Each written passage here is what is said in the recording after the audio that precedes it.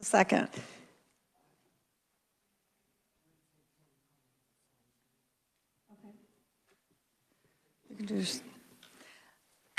We will go ahead and get started. First, I will ask for bill introductions, if there are any. Like I said, there's something coming fairly soon that we will introduce. We're not voting on anything. So, I mean, no, we don't have a quorum. The answer is no, but we're going to get started at the exact proper time, and then everyone can filter themselves in. Not seeing any bill introductions. I'd like to start the meeting with a briefing on the House Committee on Legislative Modernization Subcommittee reports. And I would start with Representative Turner and Wagner, and your co-chair is not here. He should be here eventually. So I'll turn it over to Representative Turner. You can either go up to the microphone up there, or you can certainly do it from your desk if you feel more comfortable with that.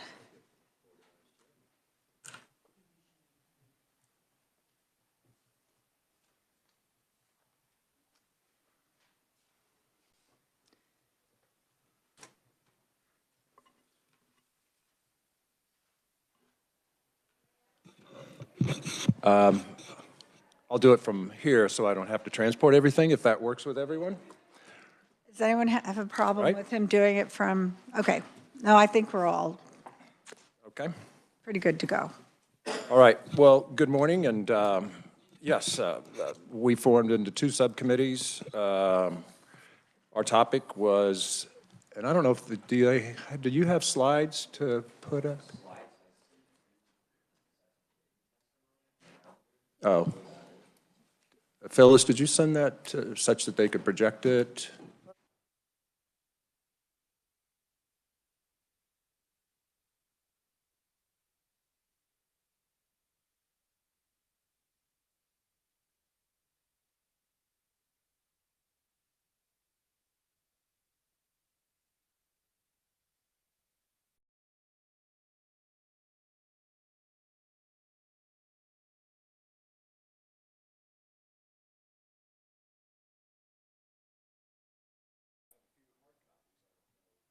Would you prefer, let's see what Phyllis can do. I'm not sure she can get it done. Okay. Unless you call your office assistant to bring it down. And if you're ready, we can just skip to the second subcommittee and then get you is that all right?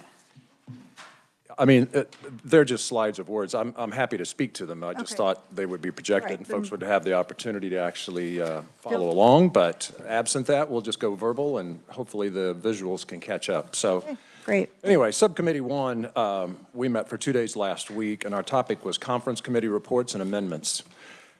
Largely, I believe this topic is one that came because, oftentimes the process of providing amendments and committee work moves at a fairly, purposeful pace through the course of the session. And then often it, at times, taxes the system when things happen very quickly. And that typically happens in the cases of floor amendments or at the end of the session, typically is when conference committees report. So we looked at those processes. Committee reports, floor amendments, and conference committee reports, they basically, we heard from the revisor's office, all use the same basic process.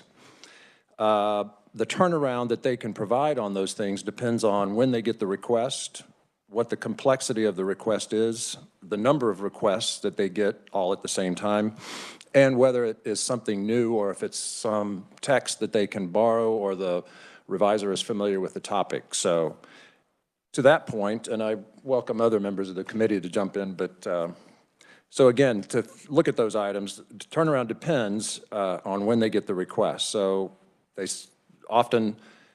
getting requests for floor amendments right up to the time that we're in session. So they get a big flood of them at 11 o'clock when we walk in the door. If they have them earlier than that, then of course they have more time to actually get them turned around. So basically it's our rules, and that theme kept coming back. It's our own rules that allow for these processes to play out the way that they do and to put things into a jam. So the second one is the complexity of the request. You know, is it a simple type of a sentence, or is it a multi-page bill with lots of moving pieces in and out? The number of requests they get, like I said, if it's a very controversial bill, there could be lots of requests. And there are stories of persons in the past that got lots of potential amendments and then really only offered one or two of them, but they were ready for any scenario. We heard also that the existing tool set that the revisor's office uses is disjointed, but there is the Kansas, or the ks modernization project that's coming in that goes in October of '24 that will be ready for the '25 session. And there are a lot of changes in that ks modernization phase 1 that should provide efficiency gains and process improvements. You know, the largest probably is that the new system will be word-based and it will be centralized. So until, however, the revisor's office actually starts to do user acceptance testing and gets comfortable with those tools and familiar with the new systems, then it's hard to know exactly what those new processes will look like and how much timing in terms of efficiency that they will gain. So, they will gauge those things, and then at that point is really, we're kind of ahead of things. In other words, we're moving at a point where all these changes are going to go in. And until they go in, then we'll know more of specific rule changes that would make sense to improve the process further. So, anyway, questions? Any other thoughts, committee or anyone else? Welcome to chime in. I'm going to go Representative McDonald. I just wanted to reiterate that my takeaway was that we get in our own way sometimes. And so if our rules, and I think that would fall to leadership to a degree, could keep in mind how we tax, behind the curtain, there's a lot going on that we are unaware of. And if we could maybe just have a little more awareness amongst ourselves, we could prevent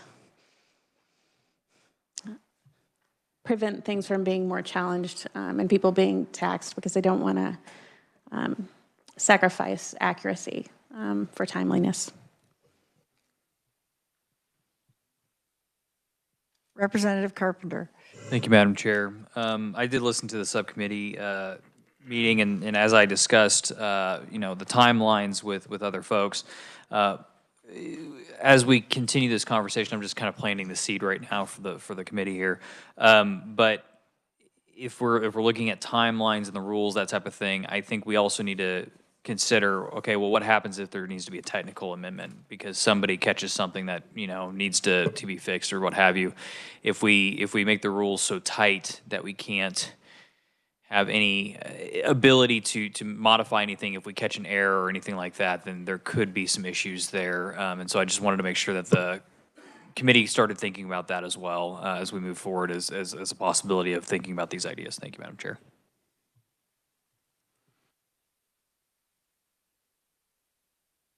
Is there anything else, any comment from anyone else? Do you feel like, I know you have more. Do you feel, in between, do you feel like you discovered what you were looking for? Did you feel like you, and your committee can also join in, did you feel like it was highly informative for you as well?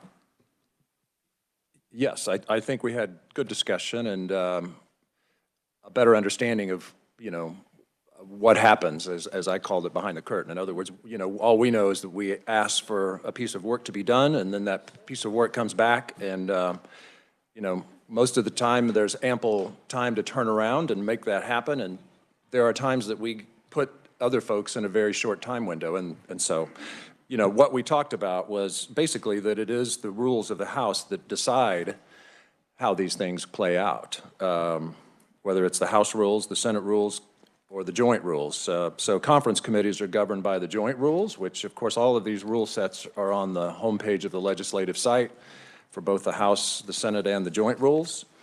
But you know, some of those rules in terms of when floor amendments can be requested You know, the option there would be, we heard from the clerk's office that some states have a 24-hour prior to session cutoff, you know, but all these things, of course, have consequence, but there are things that could be considered. Oh, there we go. Now we got our visuals. The second one is general orders are released, and that's the first look for folks to know what bills are going to be debated the next day. I mean, a possibility would be if those were released sooner, then if we're going to accelerate any kind of a timeline in terms of you have to have any amendments done by a certain point, then we'd need to give folks a quicker look at what is going to be debated for that particular day. So that's another thought. You know, right now we can have unlimited amendments per legislator. So a question would be potentially limiting the number per bill. The delay in conference committee reports is typically due to the complexity of what's included. So, you know, maybe we have more vehicles, so each one doesn't carry quite as much. They're less complex individually, you know, but there are more of them. But, you know, I guess our current rule set is designed to give a lot of flexibility as opposed to a lot of structure. So that comes with both good and bad consequence.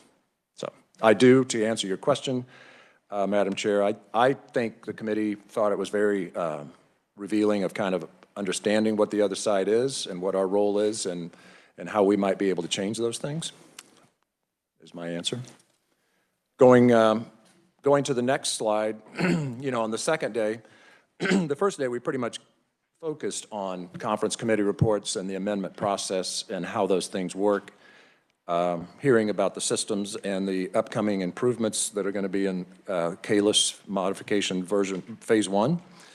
Second day, we talked about more just the transparency aspect, you know, because when this committee was created in the rules, it talks that the legislative modernization process, that this committee shall study the rules of the House of Representatives and makes recommendations to the legislature to improve the legislative process, increase transparency, and utilize technology. So, you know, you think about the transparency, another thing that we hear a lot about is it's hard to follow bills. You know, once they get into conference committee, you can't really track where all the parts have gone. So the ability to see that path and see what the current status of a bill is at any point that goes into conference. And of course, the challenge there is that pieces of bills end up in conference committee reports, you know, so they may not take the entirety of this bill and put it into the eventual conference committee reports. They only take pieces. Conference committees each operate differently. So there's no standardized, repeatable, every time conference committees are formed, they always do this and they always do that. So there's no standardization such that somebody can always go into that process and report on it consistently. Another thing that's, you know, up for grabs is the subject matter is interpreted differently. So in other words, conference committees have the ability to take up any subject matter that's been heard in one house or the other, and that is interpreted differently between conference committees in terms of what subject matter is.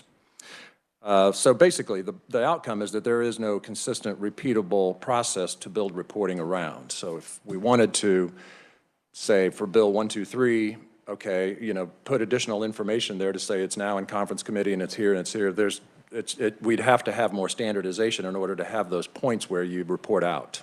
So I'm happy to take questions on that or further discussion. Second thought on this topic was that bills can be vetoed. So even though all these pieces are put together into a conference committee report, for example, last year with SB 8, you know, then it gets vetoed. So now you're back to square one, and so all of that tracking basically would just result in it's back to its original form of the bill.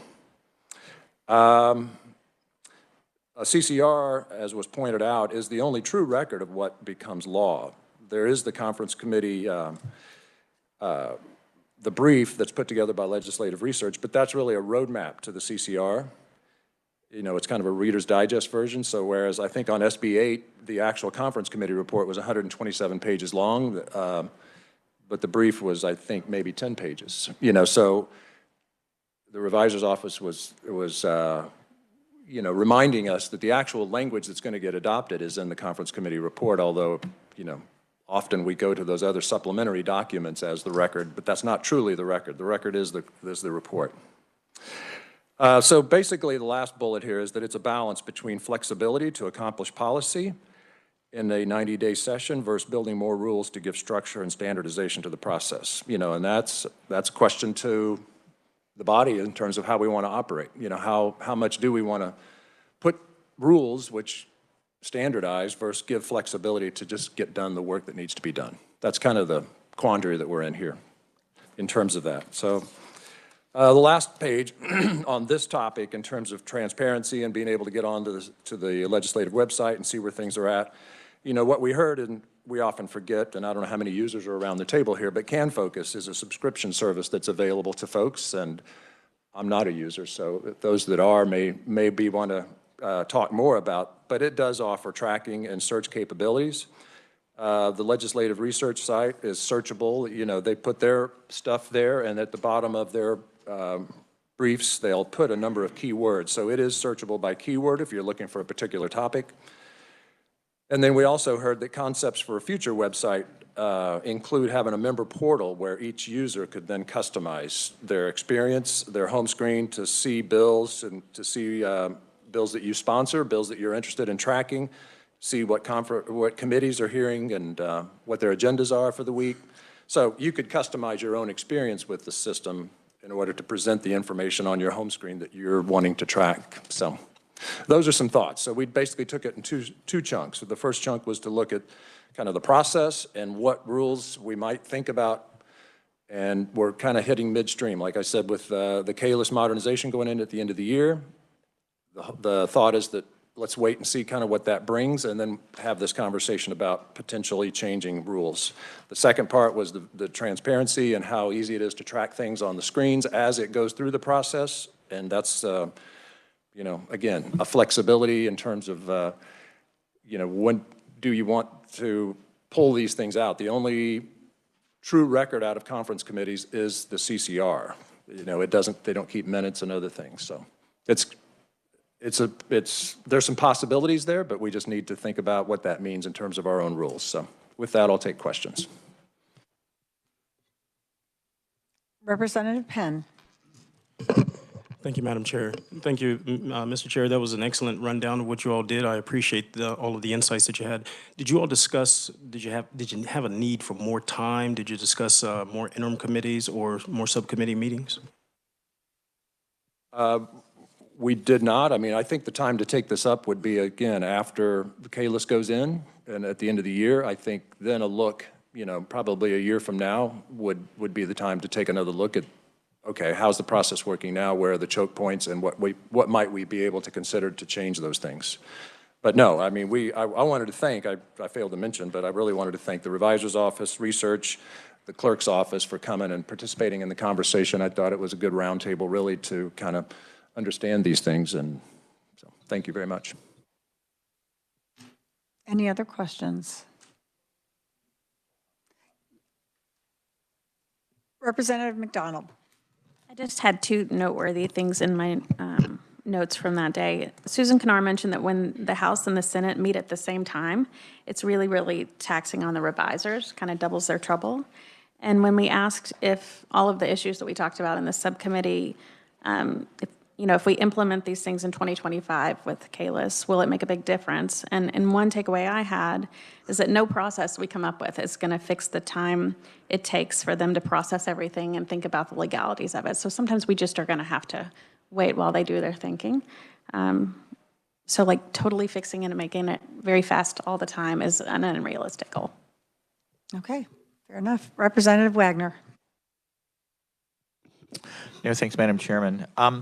I thought it was very helpful, maybe concerning, confusing, on just CCRs as far as, because, you know, there is in the CCRBs a bit of a discussion as to what bills are kind of included in it, but you know, a conference committee, I mean, the fact that they can sort of bring up their own subject matter means you can have things in a conference committee that aren't really from any particular bill. You can also, any bill that they're working with, they don't have to take it in entirety. I mean, it can be this section or this section from a bill was thrown into the conference committee report. But I do think any efforts we make to make conference committee reports more transparent as to, you know, where the heck, you know, what bill is this? Is this wording or subject matter from would be very helpful. Plus, also, it was the CanFocus. There was a lot of things we talked about in our committee that then it was brought up that a certain amount of it that canned focus can actually already, conjure up this information if you just know how to use canned focus, which I think very few of us really know how to. But I thought it was a very enlightening 2 days that we had. Excellent. Are there any other questions or comments? I think you probably gave IT a little bit of a apoplectic shock when you said you wanted portals for each of us, and that we had to, I think they all went like, but no, I like that idea. Go ahead. Actually, IT offered that, I think.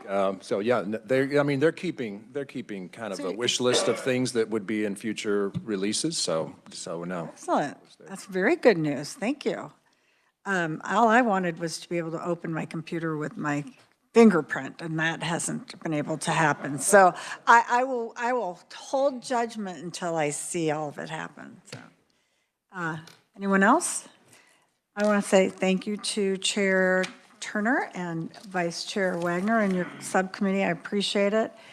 It's a chance to get in, do that deep dive in other areas that we can't. It's too cumbersome for all of us to do at one time. And so I think this has been so far so good. And I expect my other subcommittee to be just as good. So we'll go ahead to Chairman Penn and Vice Chair Howerton. Thank you so much, Madam Chair, and thank you, Chair Turner, for taking the time to do that. You actually afforded me an opportunity to make some tweaks to my slides. So. Good man. You're a good man. One team, one fight. IT, if you can bring that up, Noah, I appreciate it. Okay, committee, what you're going to see in front of you on your desk is a quick draft that was made by James out of our revisor's office. I want to, as Chair Turner said, make a very big thank you to all of the staff and team that helped us out, especially Ms. Phyllis, because you are phenomenal, madam. Just want to let you know that you're a joy to work with. Yes. As well as the entire team, making sure that we had IT support and a really good roundtable discussion, deep dive into a lot of the things that the Chair Wassinger asked us to do. This is our report of the subcommittee on e-forms and IT capabilities. That's how we were broken out. This was subcommittee number 2 for the House Committee on Modernization. And which one of these guys do I push? Oh, sorry, I went a little too far. There we are. Here are our members. Myself and Cindy Howerton, representative, was our vice chair. Ranking member was Representative Marvin Robinson. We had the following members, Rep. Riley, Rep. Droege, as well as Rep. Mike Murphy. Rep. Holand was sick. We're glad that you're back and you're feeling better. Thank you. Praise God for that. And Representative Stockstill was on the committee as well. And I will point out that Representative Stockstill is not here today. He was exposed to COVID, so he's on his way home. So thoughts and prayers go up for him for speedy recovery. Over the 2 days, Madam Chair, we had a couple of conferees come in, and I want to thank them for sharing their time, both of themselves as individuals sitting through the subcommittee, as well as bringing their teams along for any additional expertise that we needed to have. In the room, on record, as you watched the videos, you saw Mr. Alan Weiss from the legislative side of CETO, as well as Jeff Maxson and his team from the executive branch. Mrs. Susan Kennard, who's the clerk of the House, came in and spent a little bit of time fielding some questions from us as well as Representative Chris Croft, who is the House Majority Leader. We got a lot of really good input from him as well.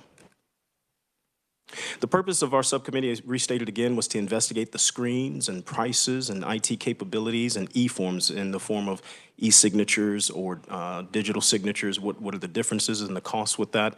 And what would be the impact of any of these types of upgrades to the legislative building and the system. Going back a slide, we were not able to hear directly from the Historical Society for the building and the impact of that, but we did have them relay that through the revisor's office and update, so we do appreciate that as well. I just want to cut to the quick. This actually goes along with the draft that you'll see coming out in the full committee report once that's done by the revisor. But these are some of the conclusions and recommendations. High level, from Rep. Riley, we took great notes on the first day, a really good passion and an understanding to move from paper and become more efficient and understand a little bit better what does that necessarily mean and how does it flow. to move from paper and go digital here throughout the building, and what would be the impact of that. And I'll just go down through some of these right here for a few slides, and you'll see what we came up with as far as the findings. Subcommittee on eForms Capabilities made the following findings: that we should explore online portal to include but not be limited to allowing individuals to upload their testimony. We do know that right now the system of flow is that they have to email it in to the committee assistant, but if we can get that portal access where they can upload it, get a timestamp, and get scheduled, that might be all-inclusive. Allow a review and approval of that submitted testimony, as I was just stating, by the appropriate staff. Also want to make sure that that sequence, the creation of the meeting agenda and the sequence of that testimony for a specific meeting automatically be done, relayed to a person. So if they're coming in via Zoom or in person for testimony, they know exactly what time to be in the chute and on deck. Allow that information to be collected and be used all throughout to automatically update those documents if someone needs to change their testimony or anything like that. Want to make sure that that testimony, if they come into conference, would be allowed to be linked, retrievable, and printable from the agenda, and use the LI, which we call the Legislative Interface for Kansas Legislature's website, to do a few things, a few functions, including print-on-demand services for those legislative documents, including the use of digital kiosk and bulletin boards outside of the committee meeting room so you understand what's happening in there. And if you want to print that as a member of the public, you can take the opportunity to do that. Automatically posting of balloon amendments, that's something that we do inside of our shop. How is it? I'm sorry, let me back up a little bit. When we were discussing this, we wanted to look at it in terms of how is it that the building interfaces with the public as far as services and interaction goes? How is it that we as legislators use it to interface with each other and conduct our daily business? And then on the back end of that, how do we talk amongst ourselves if there's any space in there for us to do that? So that's where all these recommendations were coming in to address, just so you understand those three pots. Automatically posting of balloon amendments into the legislative interface. And then bill tracking. Show of hands, who likes the way that bills are tracked right now? Okay. There's one guy in the cheap seats. I'm sorry, you don't have a vote on this one. It's his first day.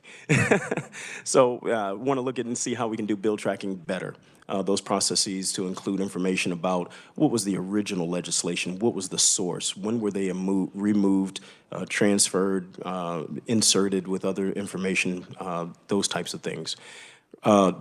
Representative Joji brought up a really good point, I think, and I'll let him explain that one. Would you like to come up on the net and explain this next bullet right here?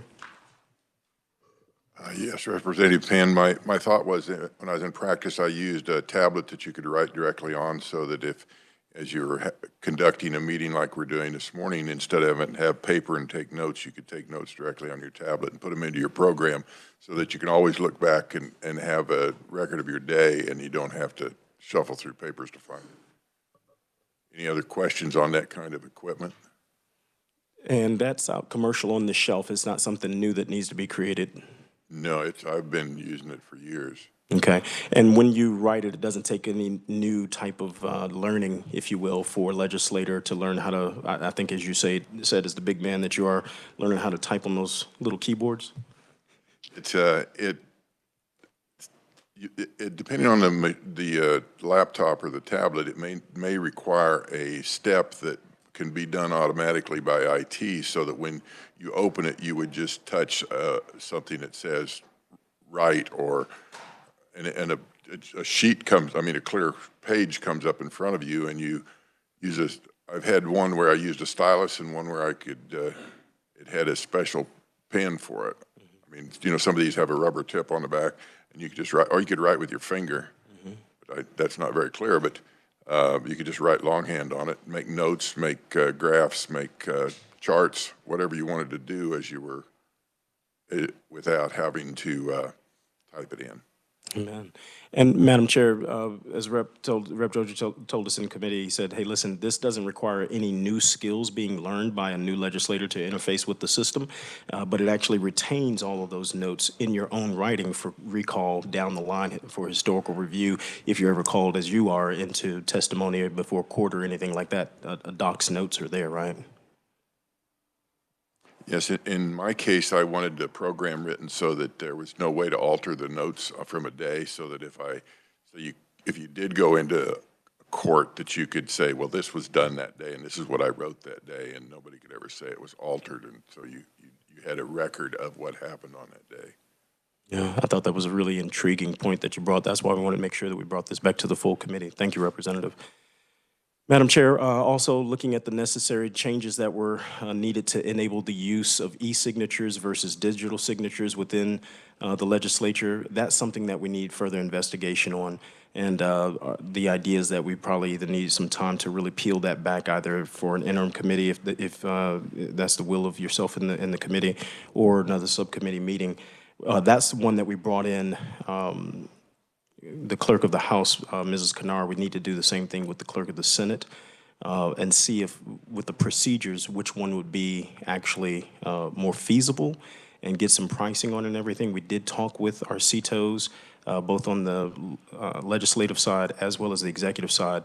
What would that look like? How would that interchange between any documentation that needs to go between the legislature and the executive? Can everybody agree on something, on a product that plays well together, interfaces well together, so there's more to be said on that particular point. But just for the short and skinny, the e-signature is the quicker of the two. It's kind of what we already use right now when we're closing on a house and going to the sign off on the mortgage or taxes or anything like that. That's just the e-signature. It doesn't require a database retaining any certificates or anything like that. The digital signature is the one that's a step up, and that would probably be more expensive. But the question would be, what is the will of the body for recommendation as to what those capabilities are? Do we need them or not? So for expedience sake, I would say e-signatures, but for sake of making sure that it's secure, digital signatures will be the right route to go. Questions? Anybody had?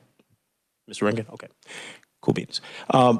Before I get to the question slide, I was remiss. If you flip over your draft right here, you see some things on the back side of it. These are a few other quick points that I'd like to bring your attention to. As you see at the top, the redesign of the committee room should allow for the more use of digital smart boards and other collaborative technology to be considered. As you can tell, if you're talking smart boards, dry erase boards, that probably came from the majority leader, Chris Croft, because he is a fiend for dry erase boards. Legislative staff should also provide more information on the following. The ks Modernization project, we heard about that from Mr. Weiss and his team, specifically with respect to whether the ideas that are generated by us, by the subcommittee, or by this committee can be incorporated into the project, because it is already bid out and is active right now. So I don't know if that's the appropriate vehicle for us to do things, or if we need to go for another RFP to have our own appropriate vehicle to include the things that we come up with at this juncture. The legislature's current expenditures on paper, printing, and recycling, we want to do a cost-benefit analysis. What are we spending on this from the rooter to the tutor, if you will?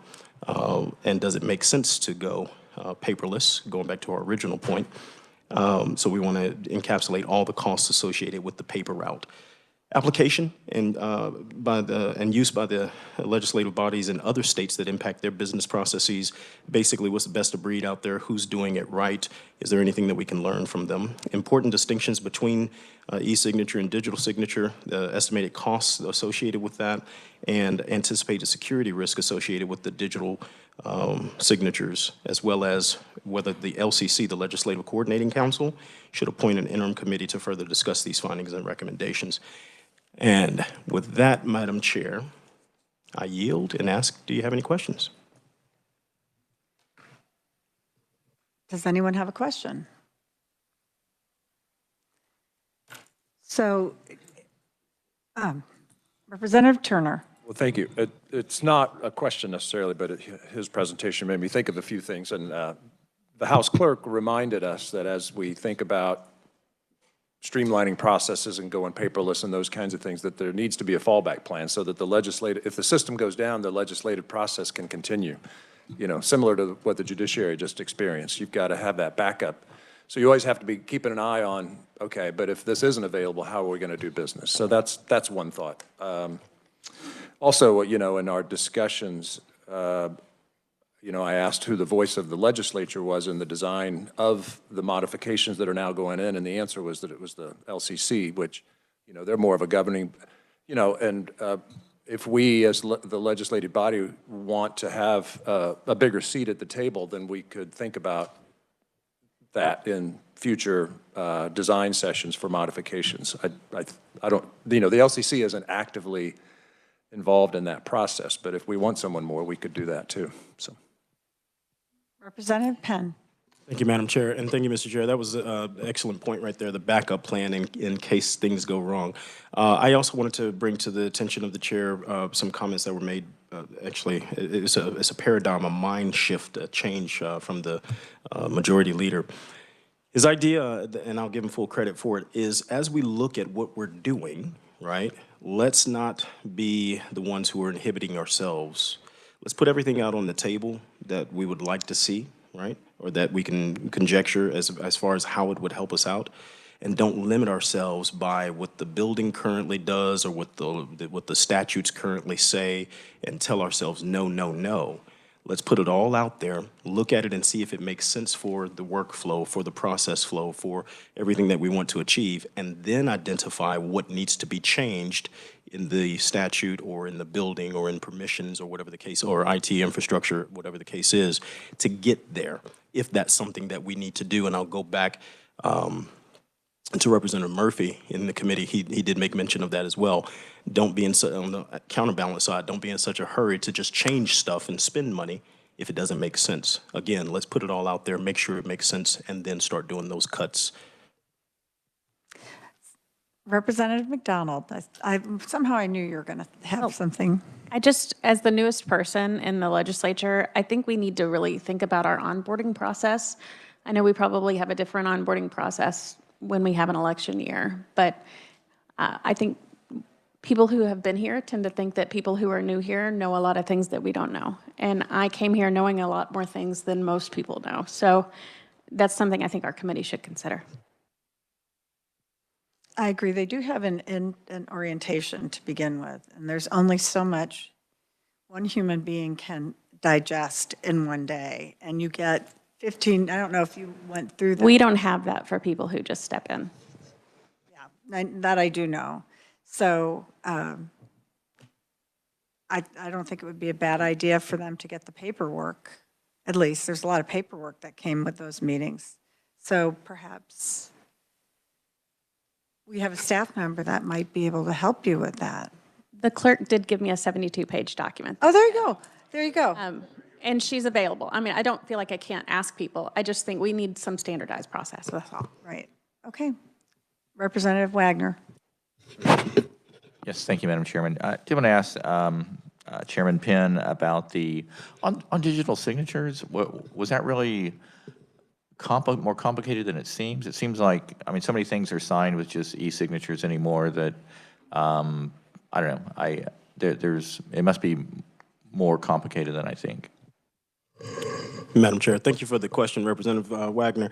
The concept of it is a digital signature does not require a database whereby, in which they hold your certificates that are used to authenticate that you indeed have signed this. The digital signature piece is, they hold the database with the image of your signature, and I mean the e-signature database, and that's secure, and it ties directly to you, but it is not as assured as a digital signature. I don't know if you're familiar with the military and the CAC card system. Mr. Vice Chairman, might you have your CAC card with you? Can you show him that so I can explain to him what it is that we're talking about, the concept between the two?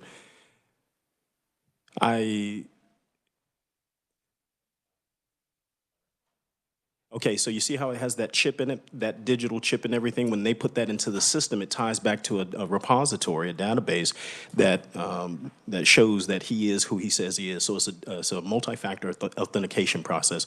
What you have, what's on it, what you know, there you are, and your PIN numbers associated. So it's really tied into you. So if you were to sign that signature digitally on a document or something that you push through the process and everything, it would be a way to very directly authenticate that you have indeed signed it, timestamp the whole nine.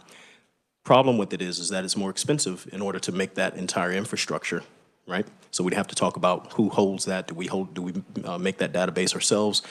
Do we, do our own manning of it, or do we, shell it out to a third party or something to that effect?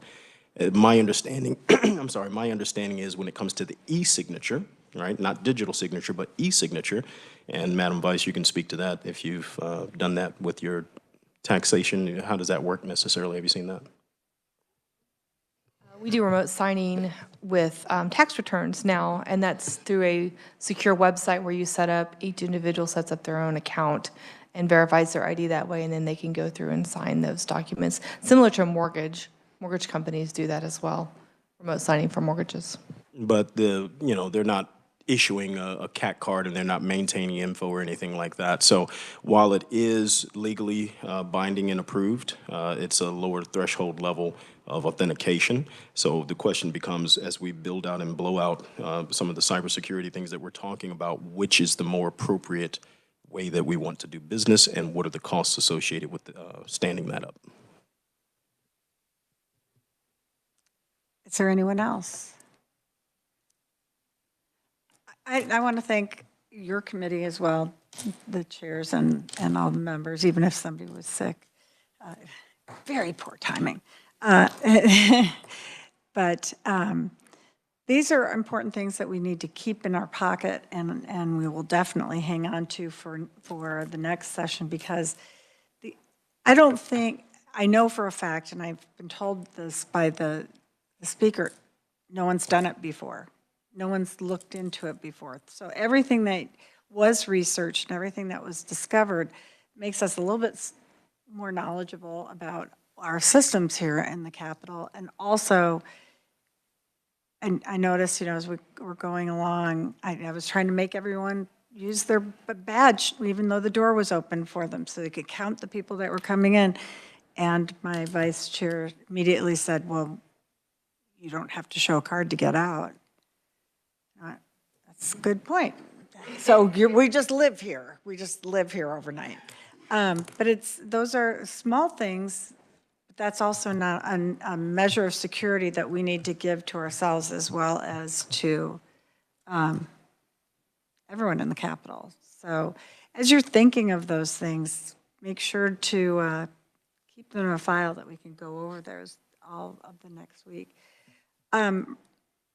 As for next week's meetings, I am in the process of trying to see if we can get legislative post-audit come, as well as Jeff Maxon's office to come and give us some more details in executive session. But I've got to get our reviser more information before I will be allowed to do that. So I think next week will be really interesting. We've heard the smallest amounts of what's going on, but they'll give us more detail if we are able to be in executive session. And I think the more we learn, the better more effective legislators we can be. So is there anything else? Representative Turner. Thank you, Madam Chair. I was just going to say, for these subcommittees, we were assigned a specific area to look at, but there are lots of other areas. I mean, as I think about the entire, the mission for this committee, as I read earlier, is a fairly broad mission to look at things. And we could look at committee assistants.